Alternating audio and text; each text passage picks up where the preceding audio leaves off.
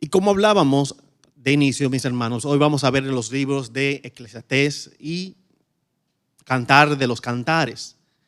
Dos libros que están comprendidos también dentro de la estructura o básicamente de ese compendio de lo que se conoce como la literatura sapiencial y que forma definitivamente parte de nuestro canon. Pero interesante ver cómo estos libros históricamente han tenido un uso muy didáctico para formación, sobre todo en el contexto del pueblo judío, y también para la iglesia ha sido visto como libros meramente de sabidurías y donde allí podemos quitar y poner, o no poner, quitar y sacar buena literatura, buen pensamiento, contraste, pero yo creo que hoy vamos a ver algo muy interesante sobre estos libros. Y de hecho, fíjense qué dice, cómo lo podemos introducir. Y hablando en primer lugar del libro de Eclesiastés, cuando lo miramos y miramos su contexto y miramos también la manera en cómo se escribió, el flujo del pensamiento del autor, nos vamos a ir dando cuenta que había muchas cosas que el autor quería expresar, que luego las resumen varias palabritas que se van a ver a lo largo de todo el libro, pero que tienen un significado muy profundo.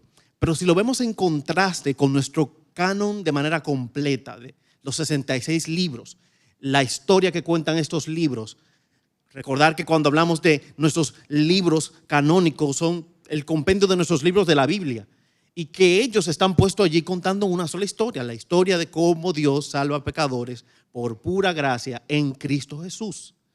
Entonces, cuando vemos esa perspectiva de la historia general de la Biblia, esa historia va a conectar directamente con el espíritu del autor en cada uno de estos libros de nuestra Biblia. Y por eso hablamos del canon y hablamos de la inspiración. Y en ese sentido, cuando vemos el libro de Eclesiastés, podemos contrastarlo y compararlo un poco con esa vida en el contexto de la caída de Génesis capítulo 3. Si hacemos ese ejercicio, simplemente es rápido de imaginar. Pensemos que todo lo que aquí en Eclesiastés el autor describe, todo lo que cuenta, narra su filosofía, cómo piensa, cómo elabora sus ideas, tiene mucho que ver con lo que pasó justo después de la caída. Porque antes de la caída, el ser humano o la representación de nosotros, la humanidad, Adán y Eva, no vivían una vida sin sentido, sino que todo lo contrario, su vida era plena y caminaban con Dios y hablaban con Dios. Pero esa vida sin sentido que vamos a ver en el contexto del libro de Eclesiastés se ve muy conectada a la realidad que después de la caída el ser humano se desconectó de Dios. Y allí vamos a ver, y fíjense si hacemos ese ejercicio nos damos cuenta que, wow, tiene mucho sentido el pensar que el autor de Eclesiastés narra una vida desde esa perspectiva de la literatura de una búsqueda de sentido insaciable. ¿Pero por qué? Porque Génesis capítulo 3 nos dice qué pasó con el ser humano una vez pecó. Entonces, comenzando allí ya encontramos a ver un valor distinto en esta literatura de Eclesiastés. Ya no solamente pensamos en la literatura sapiencial y en lo que ella representa, sino comenzamos a ver la sintonía que tiene Eclesiastés con la vida después de la caída. No sé si lo ven, hermanos, y si eso les llama mucho la atención. Pero por otro lado, cuando hablamos también de Cantar de los Cantares, ¿qué vamos a ver? Bueno, vamos a ver el contexto de ese matrimonio perfecto, de esa unión de pareja celestial, si pudiéramos decirlo, como el mismo autor quiere expresarlo en su flujo de pensamiento. Pero esto lo vamos a ver más evidente. ¿En qué contexto? En el contexto de Génesis capítulo 2. Cuando Dios creó al hombre y a la mujer y los creó con un propósito de fructificar la tierra, de sojuzgarla, de caminar en armonía con todo lo que Dios había creado, de ser los gobernadores de la tierra, de ser esos representantes de Dios en la tierra.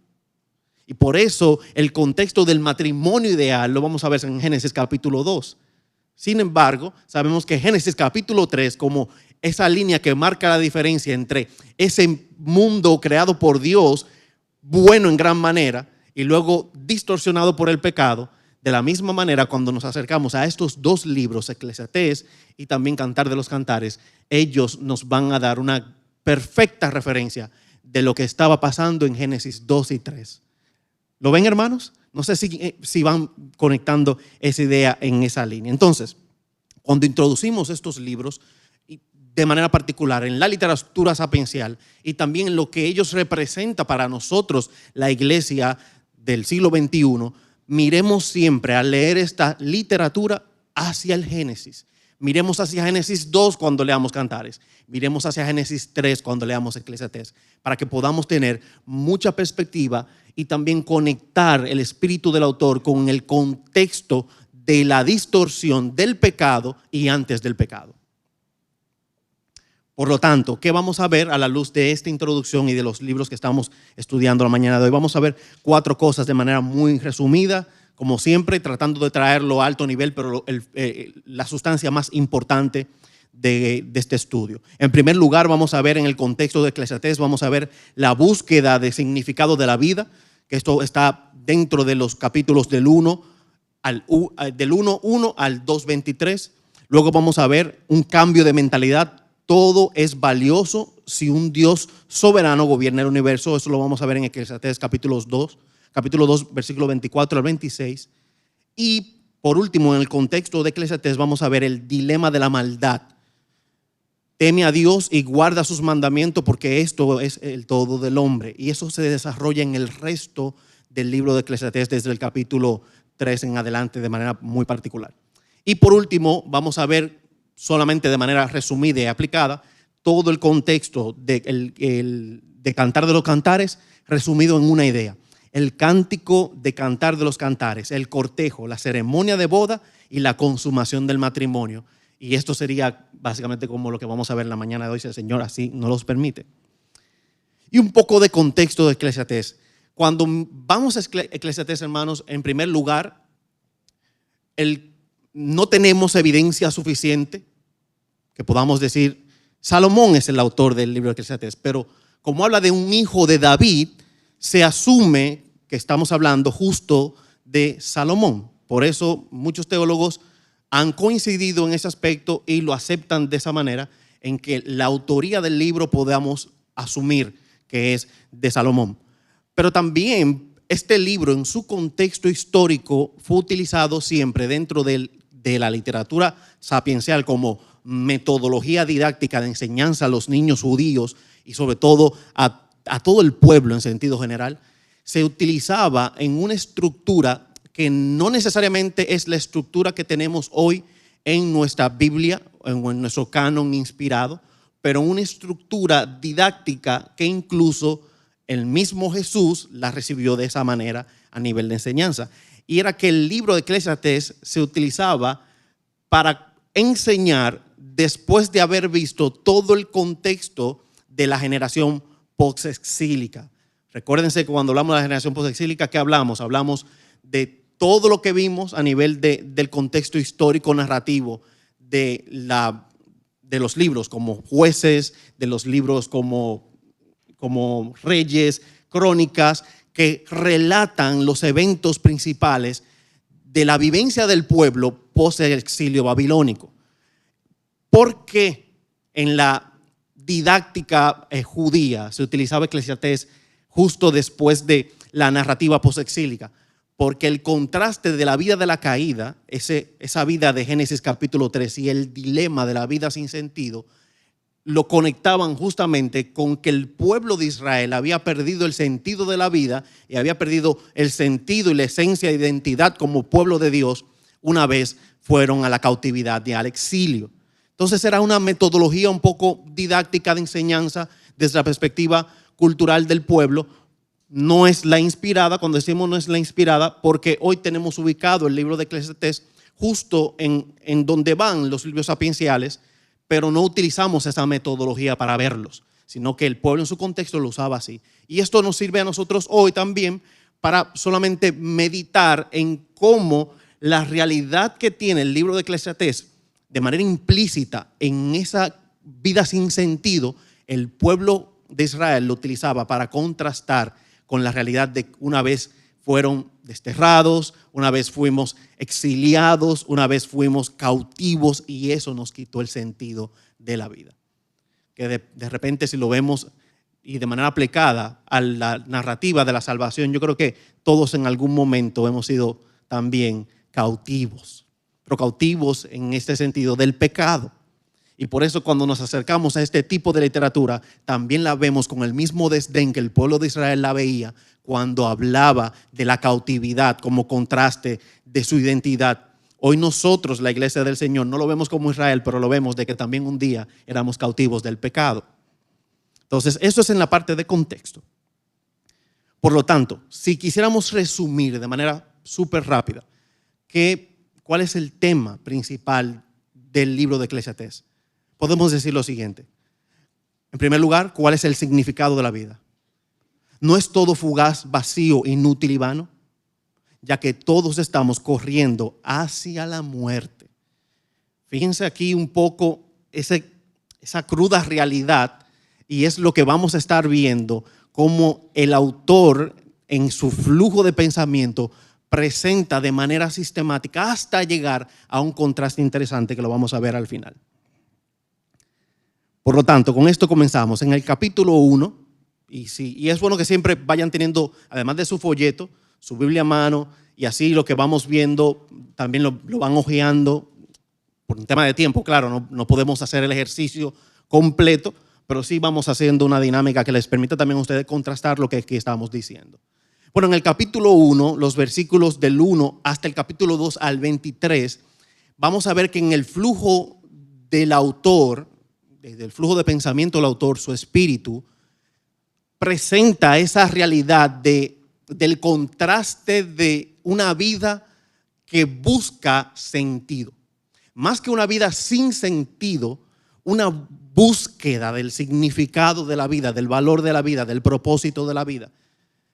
Y es lo que llevó al autor, el que se presenta a sí mismo en primera persona como el predicador, lo llevó, mejor dicho, a tener esa búsqueda insaciable en muchos aspectos de la vida terrenal, tratando de encontrar el sentido para algo que va más allá de la vida en la tierra.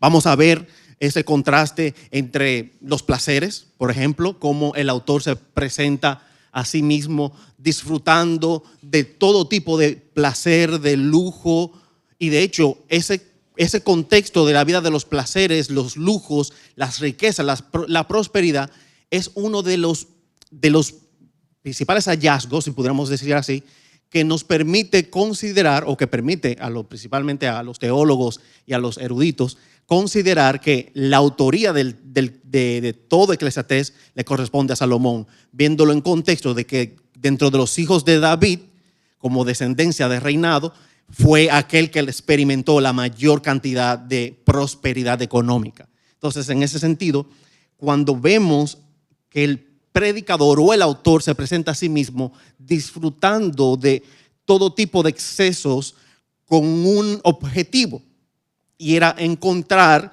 ese significado de la vida y el propósito de la vida. Y a ver, yo creo que en nuestro contexto no estamos tan lejos. Hoy lo vemos, quizás algunos de nosotros en alguna etapa de nuestra vida también pudimos decir, yo caminé o transité una ruta similar de búsqueda de sentido y probé muchas cosas. Hoy vemos muchas personas que están sumergidos justo en ese ejercicio de buscar sentido en las cosas terrenales.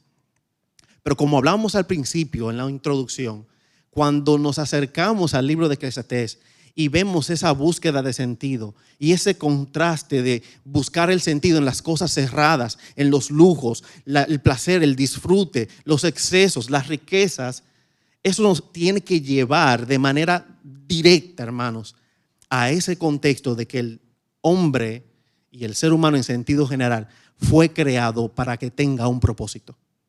Dios nos creó con propósito esencial. Desde el principio de nuestra existencia, Dios depositó un propósito en la vida de nosotros. Un significado, un sentido. Lo que tristemente es la realidad del ser humano caído, es que Génesis capítulo 3 nos da la referencia de por qué eso se perdió. Y creo que lo hemos hablado muchas veces desde aquí. Ese evento de la caída y el pecado no solamente afectó lo que nosotros desde nuestra cosmovisión cristiana llamamos pecado, llamamos carne, llamamos naturaleza caída. Es que afectó al ser humano en todo su sentido. Aún las cosas más genuinas y más, yo creo que más plenas, como el amor, como no solamente como lo que representa en sí mismo, sino ese significado de ser amado y de amar a alguien más, siempre va a tener esencia del pecado, hermanos. Porque es que fuimos destronados de la gloria de Dios. Génesis 3 nos describe cómo el ser humano que fue creado a imagen de Dios y que tenía el propósito de ser representantes de Dios, de ser transmisores de la imagen de Dios, hoy caminamos en un contexto de la caída, no solamente en un mundo que cayó, sino también en una naturaleza caída, y por lo tanto todo lo que hacemos está tristemente sazonado con la esencia del pecado. Solamente imagínese un espejo, y cuando hablamos de la imagen de Dios, y es la mejor manera de ilustrar por qué hoy nosotros somos una imagen de Dios que no refleja a Dios como Dios quería que lo reflejáramos. Génesis capítulo 2. Bueno, imagínese un espejo, y cuando un espejo se rompe, usted sigue viendo una imagen. Lo que pasa es que lo que ves es una imagen distorsionada. Un ojo arriba, un ojo abajo, la nariz a un lado, la boca hacia otro, porque está roto el espejo, aquello que refleja la imagen. Yo creo que el pecado de manera similar hizo eso en nosotros. Hoy nosotros reflejamos a Dios de manera inadecuada. Por eso el evangelio y el plan de redención no solamente nos busca para libertarnos del pecado en sentido general, sino también para restaurar la imagen de Dios. La imagen que hoy es distorsionada. Y por eso vamos a ver en esa búsqueda sin sentido de muchas personas el esfuerzo de encajar en un propósito, encajar en una misión de vida, en algo que le permita caminar con la frente en alto, sabiendo que está cumpliendo para lo que fue creado. Y de eso se trata justo el esfuerzo del predicador de Eclesiastés. Y de hecho, si resumimos de manera práctica el mensaje principal o la idea central de esta porción y de este esfuerzo del autor, lo podemos decir de la siguiente manera: su búsqueda de significado fue como un intento de agarrar el viento. Mientras buscaba el significado en todo lo vano de la vida, era como golpear al viento, como tratar de atrapar algo que nunca iba a lograr. Pero ¿qué vemos a partir del capítulo 2, los versículos 24 al 26? Vemos un cambio de perspectiva. Vemos en los capítulos anteriores, en el capítulo anterior, mejor dicho, versículos anteriores, una presentación de un trágico escenario, de un escenario horrible, donde todos los esfuerzos eran vanos, vacíos, sin sentidos. Por más que se esforzaba, no encontraba el sentido a esa vida que quería realmente con anhelo encontrar su esencia. No lo lograba. Pero ya en el capítulo 2 comenzamos a ver un cambio de mentalidad. Recuérdense que el capítulo 1, en ese resumen de capítulo 1, banalidad de banalidad es todo. La manera en cómo concluye su búsqueda insaciable de sentido de la vida. Como lo resume, como todo es vano. De nada vale la pena. Nada tiene sentido, todo al final es lo mismo. Pero ya vemos en el capítulo 2 cómo, aunque en los versículos anteriores del capítulo 2, a partir del 24 comenzamos a ver cómo ya aquí hay como una luz distinta. Es como una perspectiva como, capaz si estoy buscando donde no debe ser. Posiblemente mi esfuerzo no tiene sentido porque estoy tratando de encontrar sentido en algo que no lo tiene en sí mismo. Le hace falta algo más. Y por eso vamos a ver cómo nada que el hombre pueda hacer desde que nace hasta que muere tiene sentido duradero. En esencia era la conclusión hacia donde llegamos, pero los versículos 24 y 26 comienzan a presentar una narrativa diferente. Fíjense palabras que pueden encontrar en estos versículos: mejor, alegre, de la mano de Dios, ciencia, gozo, vanidad y aflicción de espíritu. Ya aquí comienza a traer otro tipo de argumento donde ya no solamente es esa trágica película de terror de una vida sin sentido, una vida funesta, que sería, si fuera filósofo, sería existencialista fatalista. Pero aquí ya comenzamos a ver palabras que obligatoriamente nos conectan con un cambio de mentalidad. Con un cambio de mentalidad que lleva al predicador a reconocer en lo que resta de estos del capítulo 2, versículos 24 al 26, hasta la primera parte del 3, comienza a reconocer que ciertamente Dios debe ser la razón del sentido de la vida. Donde ciertamente, aunque en esos escenarios de incertidumbre que se puedan ver en la vida del ser humano, cuando vemos la vida con perspectiva de propósito en Dios, comienza a tener sentido. Bueno, para nosotros los cristianos, para ellos es más difícil, para él entonces será mucho más difícil, pero para nosotros es más fácil, mis hermanos, porque tenemos la Biblia. Tenemos los 66 libros inspirados que nos cuentan una sola historia. Dios salvando pecadores en Cristo por pura gracia. Por la pura gracia de Dios, Dios salva pecadores en Cristo Jesús. Y nosotros tenemos esa esperanza y tenemos también otros libros que nos dan más perspectiva y más luz. Pero ellos no tenían tanto en ese momento. Para nosotros es más fácil o más llevadero hoy ver la vida con mejor perspectiva y ver la vida apuntando hacia Dios, porque hoy tenemos suficiente luz, hoy tenemos la revelación de la palabra de Dios. Romanos 8, 28 y 29 es un texto que lo sabemos como la cédula. Si nos lo preguntan, todo el mundo lo sabe. Para los que aman a Dios, todo ayuda bien, porque hay un propósito de Dios. Hay un propósito de Dios en todo. Entonces, la vida para nosotros hoy no tiene propósito.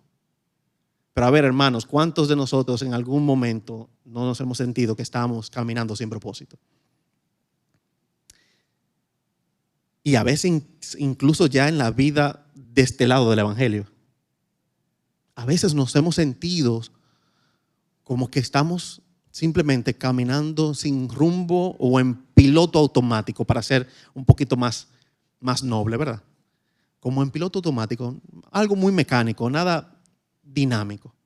Mis amados hermanos, a diferencia del contexto de Eclesiastés, en cómo el autor quiso presentar una vida que se había gastado en la búsqueda de sentido y que no había encontrado sentido ni esperanza alguna en los placeres y en todo lo que en el contexto terrenal podemos encontrar nosotros, lo que hemos sido alcanzados por la gracia del Señor. Debemos buscar sentido en la esperanza del evangelio, en saber, como dice Filipenses capítulo 1 versículo 6, que el que comenzó la buena obra en nosotros será fiel en terminarla. Si alguna vez se siente abrumado por su pecado, si se siente que está caminando de espaldas a Dios por sus constantes torpezas y pecados, mis amados hermanos, corramos a la cruz de Cristo. Recordemos que allí es donde la esperanza de todo creyente está depositada, pero donde también el Señor ha prometido que nos redimirá por completo. Por completo. De hecho, en la perspectiva del autor, en su espíritu, él lo ve desde la perspectiva de Dios. Pero sabemos que no tenían la revelación del evangelio. Pero nosotros hoy no solamente lo vemos en la esencia de que el Dios del universo, que es soberano y que rige todo con autoridad, de que nada se escapa de sus manos, está allí gobernando todo de manera justa y sabia como Él sabe hacerlo. Para nosotros los cristianos, a eso le agregamos un elemento adicional, y es la gracia de Cristo, su justicia imputada en nosotros. Esa justicia que no es mía, la que no me la gané yo, sino que se la ganó Él, pero que se me es dada como un atributo de gracia por parte del Señor. Ven cómo cuando conectamos el evangelio con muchos de los textos del Antiguo Testamento y sobre todo la literatura sapiencial, comienzan a tener otro sabor, otro color. Ya no solamente es una literatura que la puedo utilizar para aplicar los aspectos meramente cognitivos y de sabiduría de la vida. No, aquí comenzamos a ver también el evangelio aplicado. Y comenzamos a rescatar de esa literatura tantas verdades que al final nos van a dirigir hacia el mismo lugar, hacia Cristo. Amén. En tercer y último lugar, el dilema de la maldad. Y ese es un tema que no solamente lo presenta Eclesiastés con ese nivel de detalle, sino que también lo vimos, si se recuerdan, en el contexto de otro libro de la literatura sapiencial, como es el libro de Job, de por qué sufren los buenos, si así pudiéramos decirlo. ¿Por qué sufren aquellos que no hacen el mal, mientras que otros quizás le va tan bien?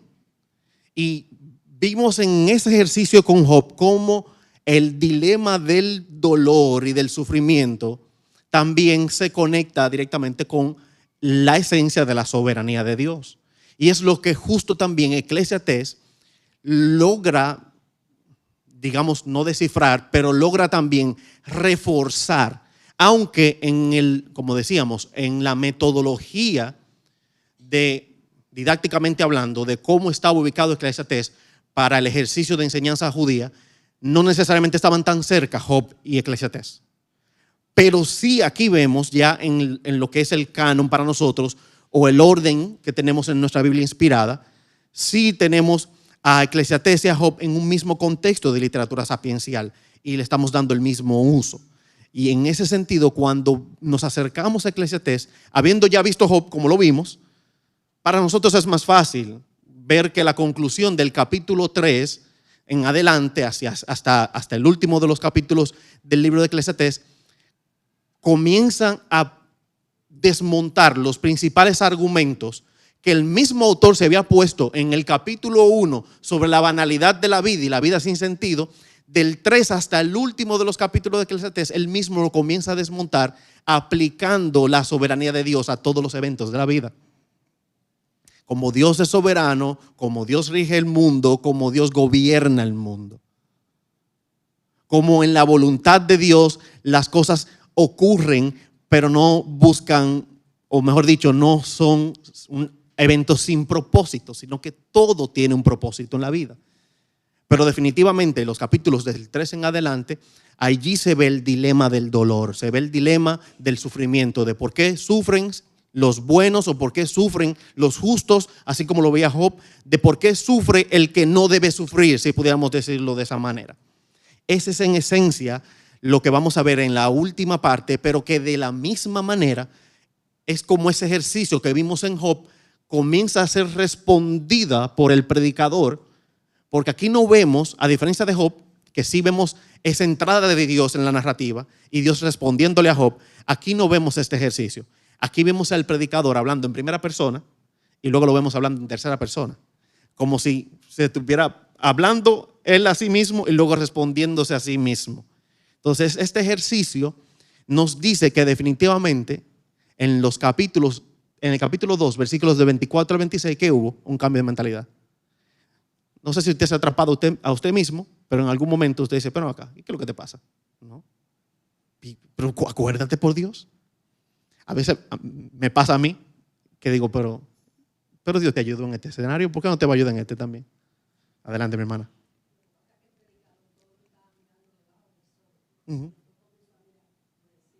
Totalmente.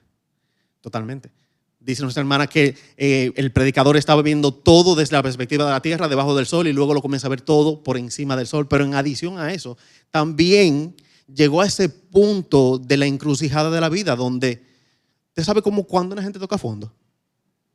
Dicen por ahí que cuando alguien toca fondo, ¿qué le queda? Tocó fondo, esencialmente hablando. Probó todo, intentó todo, nada funcionó, hasta llegar al punto de reconocer, ya no hay nada más que hacer en este contexto. Y cambia la mentalidad. Entonces el capítulo 2, versículos 24 al 26 nos demuestra un cambio de mentalidad, y el capítulo 3 nos evidencia cómo el mismo autor en primera y en tercera persona se habla a sí mismo.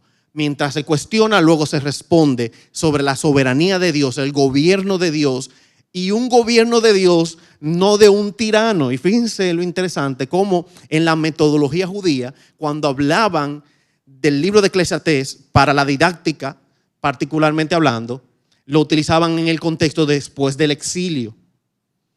Primero, todo lo que tiene que ver con la vida en el exilio, la cautividad, todo el dolor, el sufrimiento del pueblo, el desierto, todas las vicisitudes del pueblo de Israel. Luego traen a Eclesiastés para que pudieran encontrar el sentido a por qué alguien como el predicador sufría como sufría.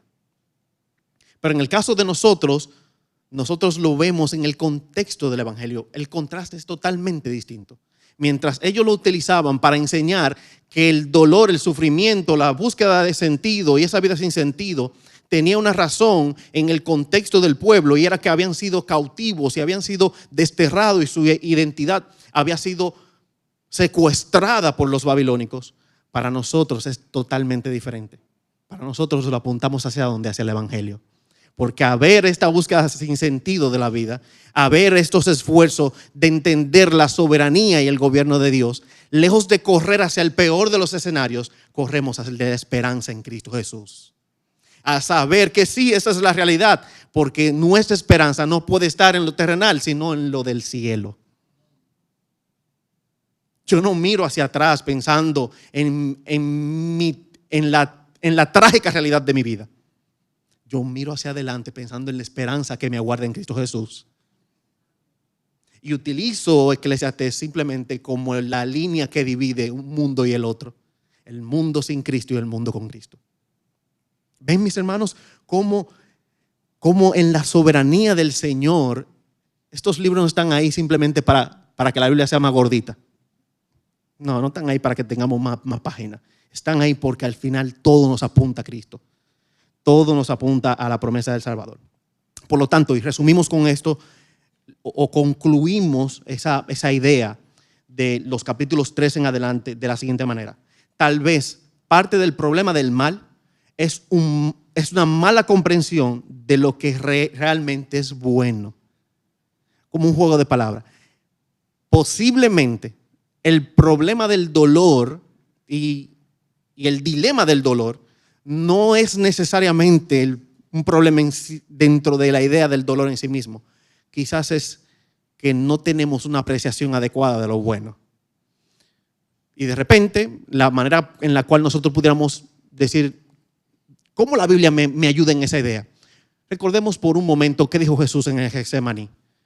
Si se pudiera pasar de mí esta copa, pero que se haga tu voluntad. Ahí estamos viendo cómo el deseo del cuerpo, del alma, de un corazón puede ser uno, pero no necesariamente es lo bueno. Y aunque no tenga nada de malo en sí mismo, porque lo que Cristo Jesús decía, si me lo preguntan a mí, tiene todo el sentido del mundo. ¿Quién quiere entrar a una cruda realidad de sufrimiento y de dolor? ¿Quién quiere entrar a un cuarto donde sabe que va a ser asesinado? Al menos yo no. Pero ¿cómo contrastó Jesús eso? Dijo, que se haga tu voluntad. Entonces, el dilema del dolor, capaz y nosotros tenemos que siempre decir como Cristo dijo allí en el Getsemaní: Señor, si esto pudiera pasar, pero que se haga tu voluntad. Tu voluntad, que es como buena, agradable y perfecta. Y ven cómo aquí ya en Eclesiastés es la conclusión sobre la soberanía de Dios.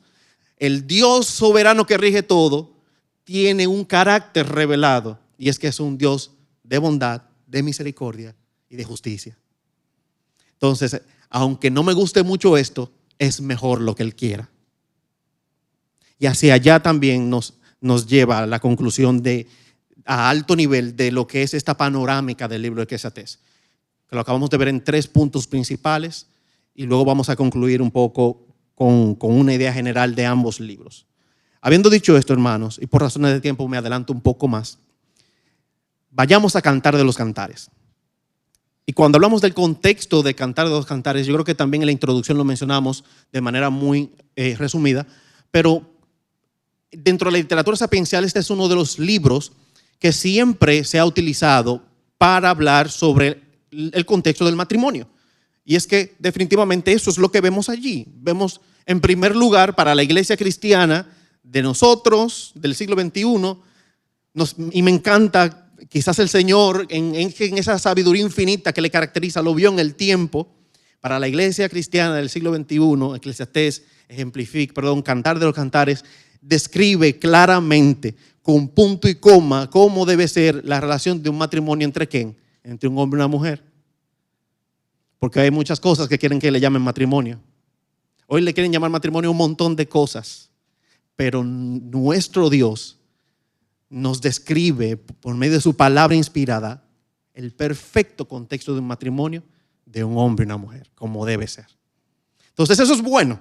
Para nosotros de hecho, es súper útil. Si hoy nos preguntan cuál es la mayor utilidad de Cantar de los Cantares, bueno, en primer lugar, que allí vemos a un hombre y una mujer, y eso es un matrimonio. Eso es un matrimonio. El matrimonio al menos que Dios quiere que sea. Pero en segundo lugar, y como lo introducimos al principio, el contexto de Cantar de los Cantares y esa poesía del matrimonio nos demuestra que el matrimonio de Génesis capítulo 2 de Adán y Eva, en esa descripción de que todo lo que Dios había creado era perfecto, era bueno en gran manera, aquí vamos a ver cómo esa poesía puede estar justo inspirada en un contexto como ese. Porque sabemos que después de la caída, Eclesiastés capítulo 3, el matrimonio no va a parecer tan bello como lo vemos aquí. Pero vamos a ver en un par de minutos cómo este escenario conecta con la promesa de la redención y con la relación de Cristo y su iglesia. Pero si lo hablamos en contexto, ¿para qué era utilizado este libro? Y este libro de manera particular en el contexto del pueblo judío también se utilizaba justo en la didáctica sapiencial y para ejemplificar la armonía y la plenitud de un matrimonio. ¿Cómo debía funcionar un matrimonio no solamente en ese sentido erótico, en ese sentido de esa esencia de placer que vamos a ver? Que de hecho, si no conectamos el contexto de Cantar de los Cantares con la historia de la redención y con el Génesis capítulo 2, posiblemente nos escandalizamos cuando vemos Cantar de los Cantares, porque es muy explícito. Debería tener como un parental advisor ahí. Tengan cuidado, porque es demasiado explícito. Pero sí, ciertamente, en ese esfuerzo de la literatura hebrea, este libro tenía el propósito de demostrar que el matrimonio debería tener una esencia de unidad, armonía, placer, complicidad, algo bastante enriquecedor, lo cual nosotros, de una manera de interpretación, vemos mucho del Génesis 2 en él. Cuando Dios dice, fructificaos, multiplicaos. En ese mandato cultural, como así le llama la teología, a eso que Dios le dijo a Adán y Eva, allí había un esfuerzo de que la pareja se compenetrara, se hicieran una sola carne, se unieran por completo y disfrutaran de esa ardua labor. Pero, como decimos, y por eso vemos que en el canon inspirado, Eclesiastés está antes de Cantar, para recordarnos que hubo un evento, la caída, que distorsionó todo. ¿Ven cómo comienza a tener un poco más de lógica, si podemos decirlo así, en ese esfuerzo narrativo? Bueno, por lo tanto, si quisiéramos resumir en una palabra el libro de Cantar de los Cantares, la podemos resumir de la siguiente manera. Cantar de los Cantares canta acerca del hijo de David, que es el rey ideal de Israel, que es la simiente de la mujer, simiente de Abraham, simiente de Judá, simiente de David, que goza de una intimidad desinhibida y desvergonzada con su amada en un huerto que le pertenece. ¿A quién le parece eso? Sí, que alguien dijo Cristo. Y fácil, o no tan fácil, pero al hijo de David, el rey ideal. Hermanos, desde que usted escuche hijo de David, rey ideal, Cristo. Porque la promesa era que en la simiente de David vendría el mejor rey, como vimos en los reyes, el mejor de todos los reyes. Pero fíjense otra pista. La simiente de la mujer. Génesis 3:15, el protoevangelio, que dice que de la simiente de la mujer vendría uno que pisaría la cabeza de la serpiente y que la serpiente solo le mordería el talón. Entonces, allí en Génesis 3:15 es la primera vez que el evangelio es predicado, porque allí apunta hacia Cristo. Esa simiente prometida, ¿quién era? Era el Mesías que habría de venir eventualmente. y fue de boca del Señor anunciado el evangelio. Por eso cuando pensamos en cantar, pensamos en una manera resumida en ese ideal rey, simiente de David, simiente de Abraham, con su amada novia. Con su amada novia, que para nosotros es la iglesia, como bien dijo aquí mi hermana. Por lo tanto, sí vemos el libro de Cantar de los Cantares, no, por un tema también, no solamente de tiempo, sino de estructura. A ver, el libro nos narra de manera muy, muy completa esa relación de matrimonio, esa relación de pareja, que sin embargo, aunque no lo vamos a ver en estructura, pero podemos resaltar como 3 escenarios que se presentan en esa relación del matrimonio de Cantar de los Cantares. Se presenta de la siguiente manera: el cortejo. Los primeros capítulos vamos a ver cómo la introducción de este libro de parejas tiene ese escenario de cortejamiento, de cómo primero conquistar la novia, como primero lograr ganarme su corazón, luego la ceremonia de bodas y por último el matrimonio consumado. Por lo tanto, cuando lo vemos con perspectiva desde ese esfuerzo del autor, capaz y en el evangelio pudiéramos decir que también mirando hacia Cristo hubieron 3 etapas. En primer lugar, esa etapa donde nuestro corazón es conquistado por el Señor. Y esto es literalmente aplicándolo, hermanos. No necesariamente lo tenemos que ver así, pero si lo queremos aplicar, veámoslo de la siguiente manera. Cristo cortejó nuestro corazón. En algún momento, algunos lo recordamos perfectamente, pero otros ni idea. Hubo un cambio en nosotros. Hubo un deseo por Dios. Hubo un afecto que cambió en nosotros y dejamos de amar otras cosas y de desear otras cosas para desear a Cristo. Eso no lo hizo usted. Eso no lo hice yo. Esa es la obra de Cristo que con cuerdas de amor nos atrae a Él. Eso es en primer lugar, y si pudiéramos verlo aplicadamente, ese es el cortejo. Pero en segundo lugar, la ceremonia de bodas. Aunque en tanto el libro de Apocalipsis como otras también profecías apuntan y se aplica directamente a la boda del Cordero en el contexto de la segunda venida de Cristo. Sin embargo, en el reino inaugurado, recuérdense que decía Cristo, el reino de los cielos se ha acercado. Ahí se inauguró el reino de Dios, porque el reino de Dios vino a la tierra. Es como cuando usted pasa por una calle, ve una construcción y esa construcción tiene un letrero que dice pronto. Usted no tiene ni idea qué van a hacer ahí. Si va a ser un consultorio, un restaurante, un edificio corporativo de oficina, no tiene idea. Pero cuando la fachada se va armando, te va ganando como una pista y dice, pero eso parece un restaurante, porque eso no tiene pinta de oficina, ¿no? O parece tal cosa. Hasta que luego se desvela todo. El reino de Dios de la misma manera se acercó a nosotros. Y al acercarse a nosotros se inauguró. ¿Y ahora qué esperamos? La consumación en la segunda venida de Cristo. Entonces, si lo queremos aplicar en el contexto de Cantares, pudiéramos decir que el reino de Dios es esa parte de esa ceremonia que no ha concluido. Podría ser una fiesta que dure meses, como en algunos contextos del Medio Oriente. Las fiestas de bodas pueden durar muchos meses. Para nosotros, la iglesia del Señor, esa boda que se va a celebrar en el reino de los cielos se va a consumar y terminará por completo con fiesta, bombo y platillos cuando Cristo venga por su iglesia. Pero mientras tanto, ¿estamos cómo? Estamos celebrando la victoria. Porque ya no estamos bajo el dominio del enemigo. Recuérdense que el reino inaugurado de Dios implica que Cristo ató al hombre fuerte, lo puso en sujeción y comenzó a saquear su casa, como dice uno de los evangelios. Y ese saqueo justamente no es un saqueo de bienes y de cosas materiales, es un saqueo de almas. Comenzó a quitarle todas las almas que él tenía cautiva.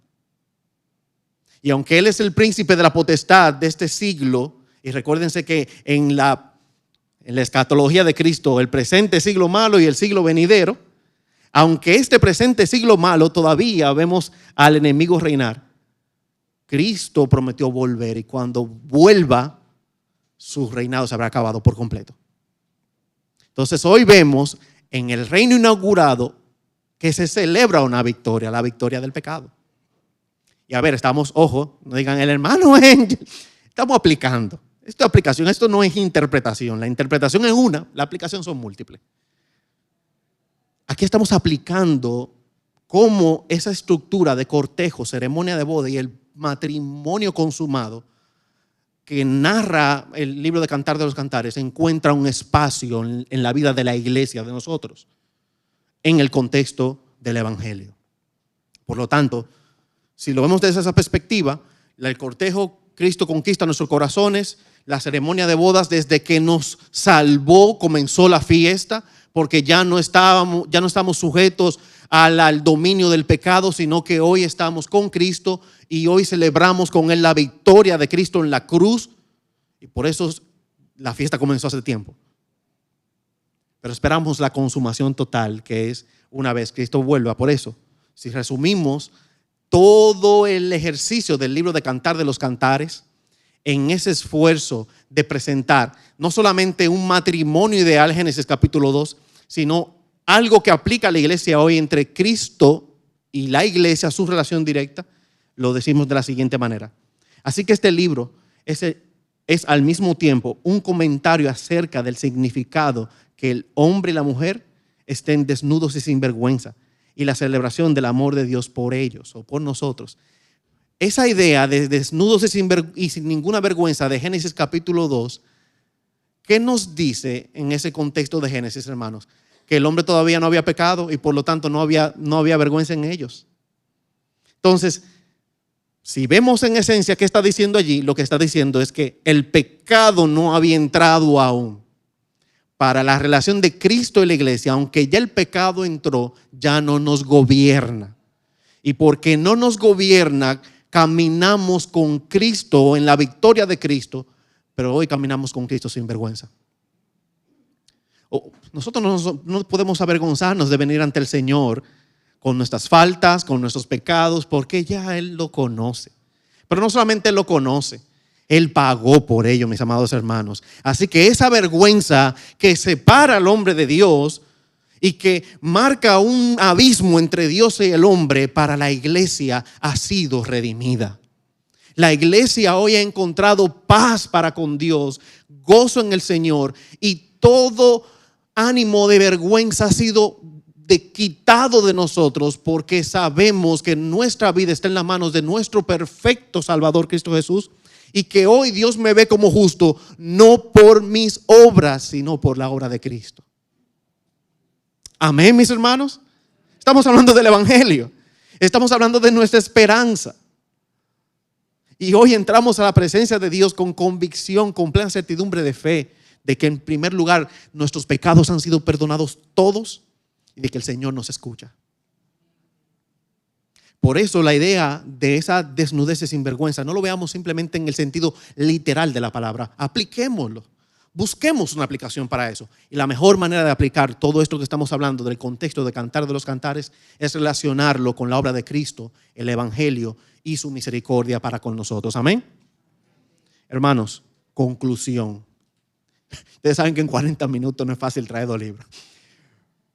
Pero ¿cómo concluimos, mis hermanos?